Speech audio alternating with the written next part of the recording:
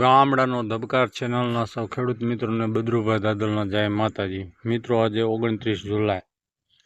હવામાનની વાત કરીએ તો મિત્રો, આવનારી જે સિસ્ટમ છે એની વાત કરીએ તો ગુજરાત રાજ્યમાં સાર્વત્રિક વરસાદનો રાઉન્ડ આવી રહ્યો છે. હવે આ રાઉન્ડ કઈ તારીખ અને કયા વિસ્તારમાં કેવી શક્યતા એની વાત કરીએ મિત્રો. પહેલાં કહી દઉં મિત્રો કે IMDએ હજી પણ અત્યારના મોર્નિંગ બુલેટિનમાં ડીપ ડિપ્રેશન જ રાખ્યું છે, પણ ગ્લોબલ મોડલે ડીપ ડિપ્રેશન નહીં, વેલ માર્કર લો પ્રેશર કર્યું છે.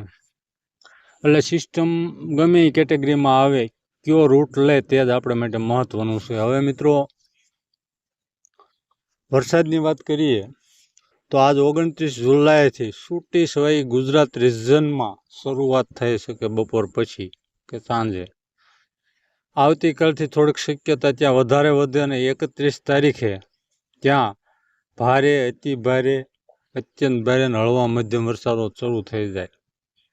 આ ગુજરાત રાજ્ય ઉપર આવે એટલે કે રાજસ્થાન કે મધ્યપ્રદેશના ભાગમાં રહે છતાં એનો મુખ્ય વરસાદનો જે કાંઈ ટ્રેક હોય તે આપણે ગુજરાત જ આવે. હવે મિત્રો, આમાં પશ્ચિમ સૌરાષ્ટ્ર માટે પણ થોડોક ફાયદારૂપ છે, એની વાત કરીશું.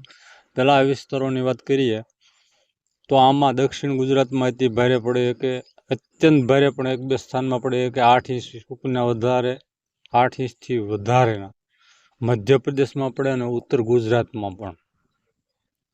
સૌરાષ્ટ્રની વાત કરીએ તો બોટાદ, ભાવનગર, અમરેલીના અમુક ભાગો અને સુરેન્દ્રનગર, મોરબીના ભાગોમાં ભારે, અતિ ભારે, હળવો, મધ્યમ અને અત્યંત ભારે અમુક સીમિત વિસ્તારમાં પડી શકે.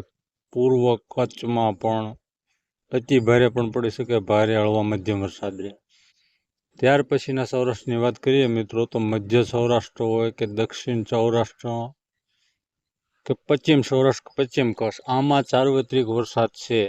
જે પાછલા 2 રાઉન્ડ ગયા એમાં પશ્ચિમ સૌરાષ્ટ્ર માટે કોઈ જે મોડલો નહિવત બતાવતા હતા, નહોતા બતાવતા અને થયો છે અમુક વિસ્તારમાં વાવણી અમુક, પણ આ વખતે મિત્રો મોડલો બતાવવા માંડ્યા છે 2-3 ઇંચ સુધીનો વરસાદ. એટલે તેના માટે પણ સારા સમાચાર છે. અને મિત્રો, જો હજી અહીંયા આવીને થોડીક વધારે મજબૂત બનશે અને એનો ટ્રફ લંબાશે અને અરબી સમુદ્રમાં જો વોર્ટેક્સ બનશે, આવી રીતે સિસ્ટમ આ બોર્ડરે આવે અને લો પ્રેશરથી ઉપરની વેલ માર્કર લો પ્રેશર કે લો પ્રેશરમાં પણ વોર્ટેક્સ બનતા હોય છે. આવું ઘણીવાર બનેલું છે, પાછલા 2 વર્ષોમાં જોયું છે.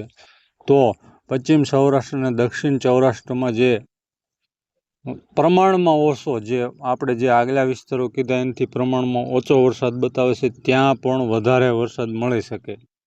એટલે મિત્રો, સાર્વત્રિક રાઉન્ડ છે અને પશ્ચિમ સૌરાષ્ટ્ર અને પશ્ચિમ કચ્છ માટે પણ સારા સમાચાર છે. જો મોટો ફારફેર ન થાય તો સારામાં સારો વરસાદ થઈ જશે સાર્વત્રિક ગુજરાતમાં. પછી મિત્રો, બીજું કે આપણને ખેડૂતોને સંતોષ નથી હોતો. હોય ત્યારે એમ ન હોય ત્યારે એમ થાય કે આવી જાય, આવે તો એમ થાય કે વધારે તળાવો ભરી દે. એટલે તળાવો કોઈ તમારા ભરાઈ જાય એવું પશ્ચિમ સૌરાષ્ટ્ર માલ બતાવતા નથી, પણ આ તો ભાઈ સિસ્ટમ છે, ક્યારે શું કરે એ કાંઈ મોડલના ખ્યાલમાં આવતું નથી. છતાં આપણે ફારફેર જોતા રહીશું. ને અશોકભાઈ પટેલની આગાહી કદાચ આજે આવી છે તો પોસ્ટ દ્વારા ફેસબુક અને યુટ્યુબ પર મૂકીશું. જય માતાજી.